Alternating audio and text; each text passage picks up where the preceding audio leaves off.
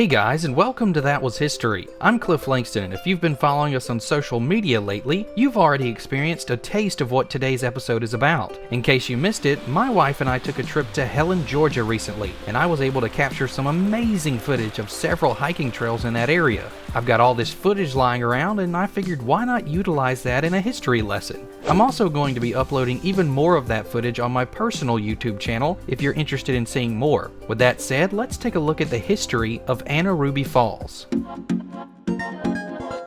If you've never lived in or visited Georgia, chances are you're not familiar with Anna Ruby Falls. To give you an idea of where we are geographically, Anna Ruby Falls is located in the Chattahoochee National Forest within the state of Georgia and is the point where the Curtis and York Creeks meet.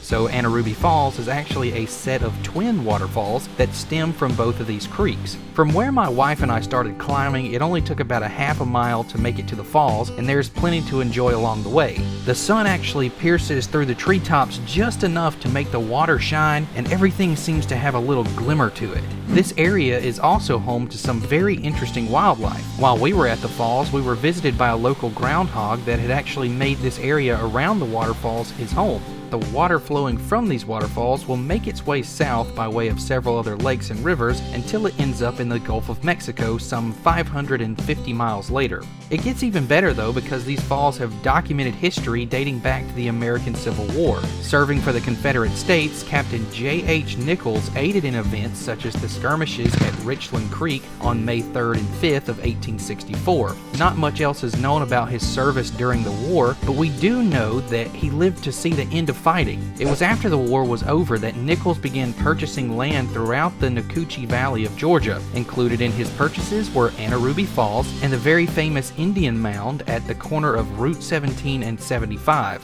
And just as a side note, Nichols is the one responsible for the red-topped gazebo that now sits on top of that Indian Mound. It is often said that after Captain Nichols discovered these waterfalls on his land, he named them after his only living daughter, Anna Ruby. Unfortunately, his wife and another child had died prior to this point. Along with his land, Nichols built a home that he called West End in 1869. It was an Italianate farmhouse west of the Unicoi Indian Mound, and it consisted of 19 different buildings. Many locals say that his greatest contribution to the history of Helen, Georgia came after he died. His furniture and all of his land were sold, including Anna Ruby Falls, and it just so happens that the new owners wanted to invest in the upkeep of these wonderful landmarks. Anna Ruby Falls remains a tourist attraction to this day, and because of that, I got to share my experience with you.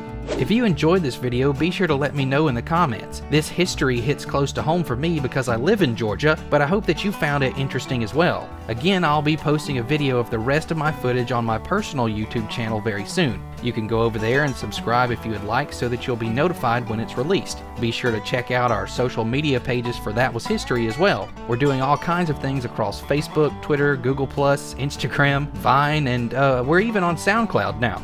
Anyways, thanks for joining me for this episode, and I'll see you next time.